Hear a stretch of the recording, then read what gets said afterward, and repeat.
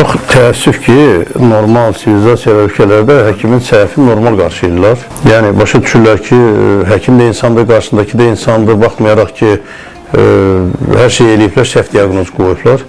Baxmayaraq ki, o səhv bəzən ölümə də səbəb olsa. Amma Azərbaycanda bir dənə səhvə görə az qalırlar, həkimin sözünün həqqi mənasında başqalaq eləyərlər də, belə deyək, bizim dərəvəva sözü ilə.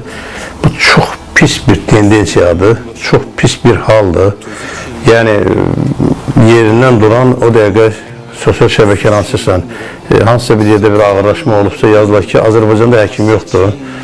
Azərbaycandakı həkimlər hamısı vəhşidir, Azərbaycandakı həkimlər, nə bilim, biri yazmışdı oradakı qoyundular, belə qoyunu özümü müalicə etdirmərəm.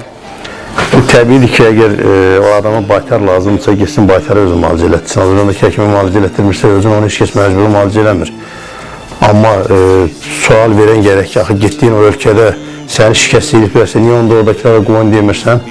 Yəni, biz o məsələdə çox pis bir durumdayıq və inanmıram ki, bu yaxın gələcəkdə bu məsələlər normal axara düşər. Əgər bir ölkədə ki, Bill Gatesin, Zuckerberg'in yaratdığı şəbəkədə oturan insanlar Covid vaxtı Bill Gates'i müzakirəyə çıxardırdılar ki, Covid o yaradıb, nə bilim, o insanları istidarə eləyək. Yaxud da ki, Zuckerberg'in yaratdığı Facebook şəbəkəsində onun belə deyək də müzakirəyə çıxardırlarsa, onda burada hansısa bir kompleks var bu insanlarda. Sən dünyanın, belə deyək də, məhvərin dəyişə bilən kəşflərə imza atan insanı sən hansı öz səviyyəyə bax görsən, onun necə müzakirə edə bilərsən? Onun ağlına, sənin ağlın çatırmı? Onun yaratdığı sistem, Windows sistemi, yəni son 40 ildə bütün dünyanın tamamilə dəyişib. İnkişaf gör, hansı sürətə gəlib çatıb?